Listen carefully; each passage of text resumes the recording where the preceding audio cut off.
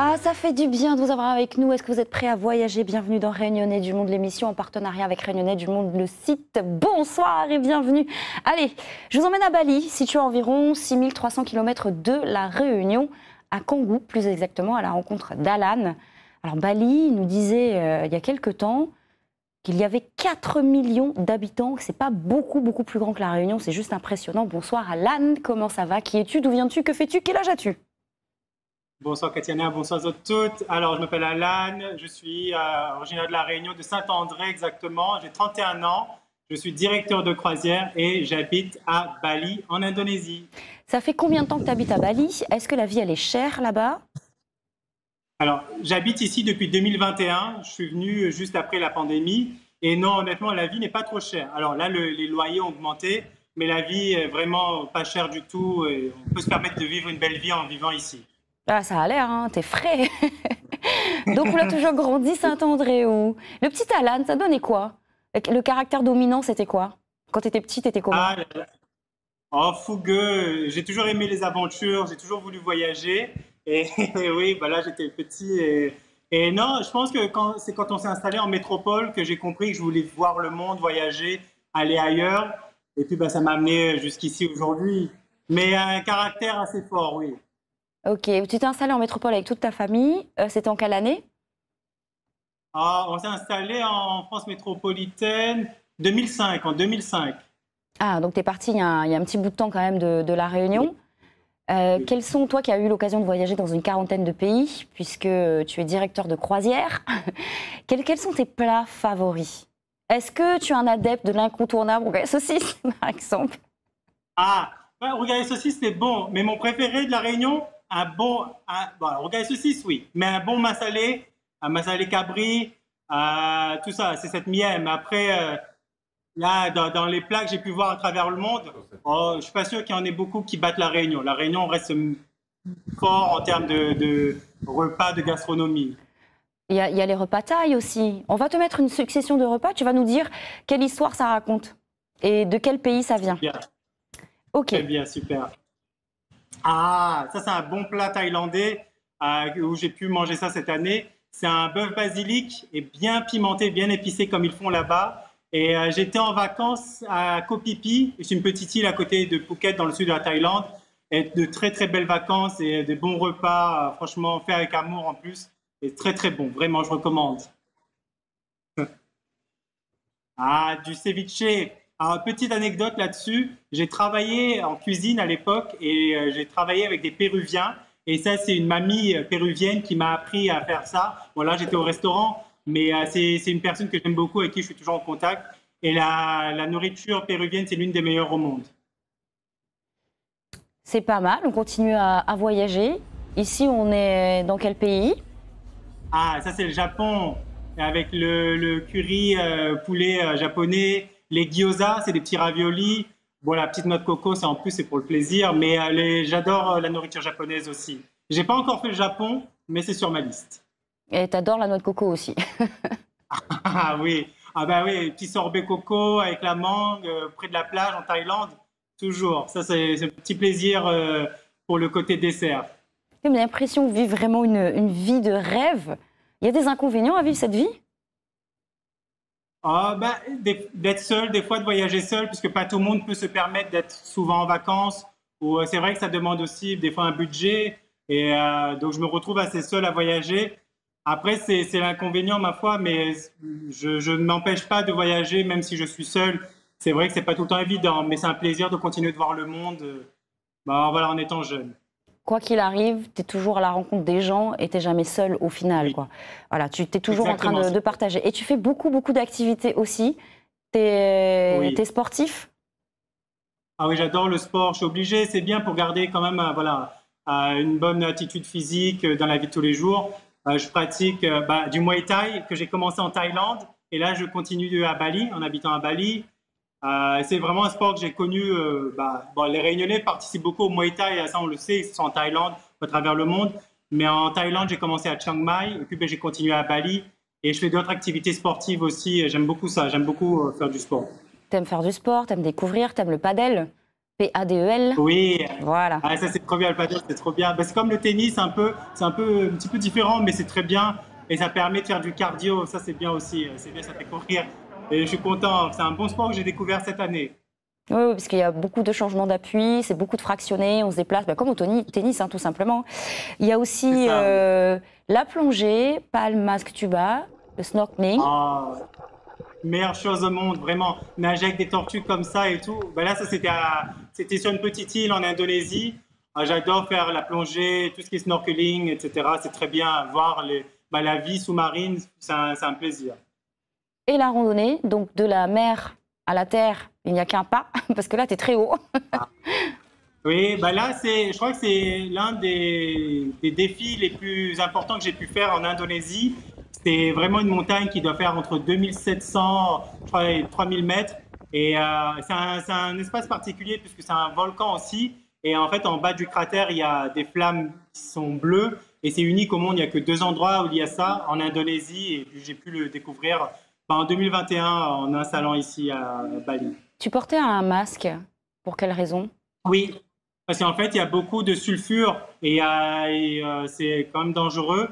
Et en fait, quand on fait la visite guidée, on nous partage les masques pour justement se protéger de tous ces gaz qui sont toxiques. Et ça, c'est important lorsqu'on fait cette randonnée-là, pour ce type de montagne-là au moins. Et le terrain, j'ai l'impression que quand même, là, enfin, c'est assez plat, quoi. C'est quand même assez érodé, même si ça monte. Est-ce que c'est aussi technique qu'à La Réunion? Ah oui, oui. Bah, en fait, quand on arrive en haut, ça va, c'est plat quand même. Mais c'est vrai, juste pour monter tout ça, ça prend 1 heure et demie, 2 heures. Et en fait, des fois, il y a du sable et des cailloux. Donc, on fait un pas en avant, deux pas pour reculer. Et ça prend du temps pour monter et ça se mérite. Mais arrivé au sommet, on est content parce que c'est magnifique. Ouais, pas plus joli que la vue Piton des Neiges, non? Ah, La Chauvine. non, on peut pas battre ça. Piton des Neiges, c'est magnifique avec le lever de soleil et tout. C'est vrai. J'aime bien, c'est le côté chauvin. Ça sera jamais plus long que La Réunion, de toute façon. Non, mais vraiment, quand tu voyages comme ça, tu te rends bien compte qu'il y a un concentré chez nous qui est juste extraordinaire. Vraiment, en toute Ah oui, à objectivité. 100%.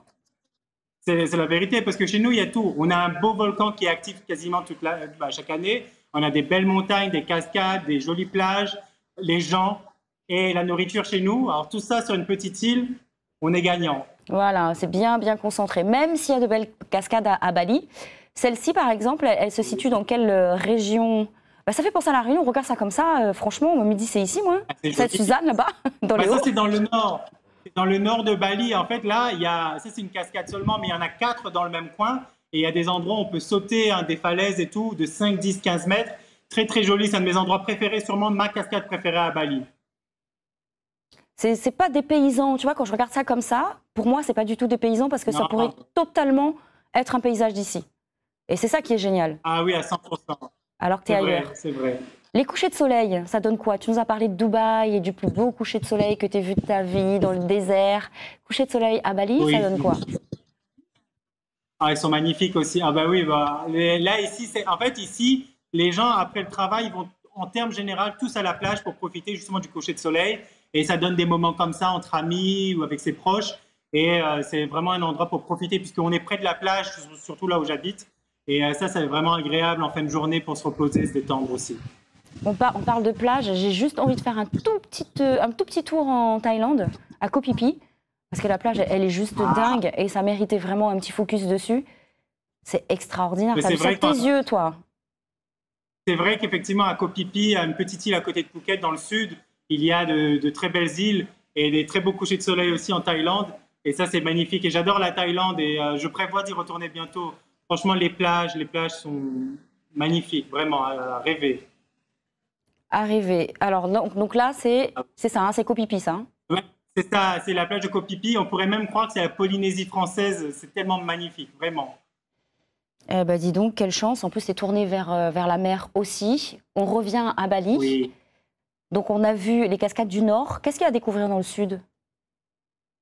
Dans le sud, il y a des belles plages aussi. Alors, au sud-sud, il y a des belles plages. Il y a aussi des endroits assez intéressants. Sur le sud-ouest, on a aussi des grands marchés. C'est là où on a le plus grand marché de fruits de mer à Bali.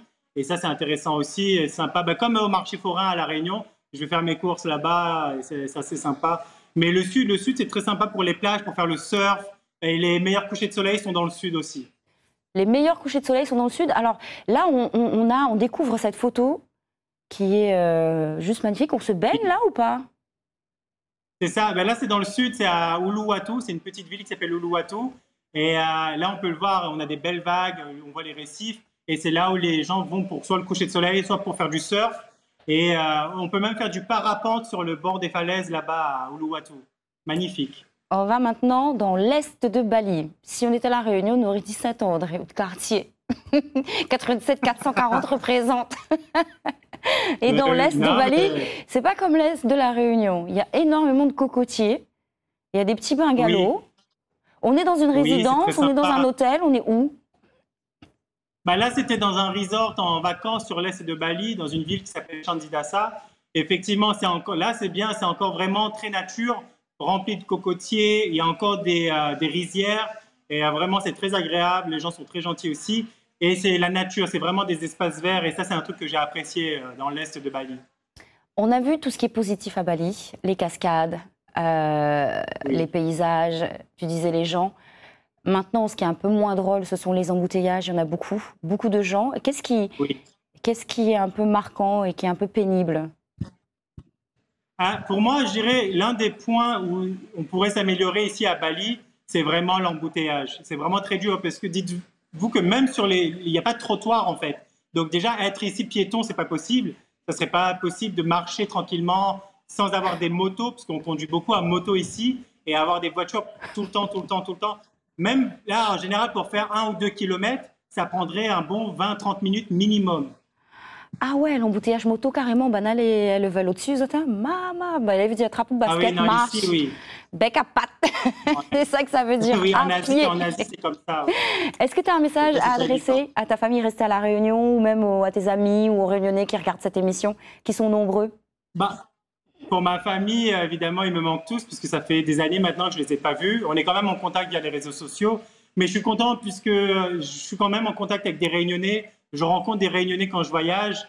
Et ça fait quand même plaisir de voir d'autres Réunionnais voyager. Mais aussi ceux qui sont à La Réunion, tout simplement, avec qui je suis capable d'échanger.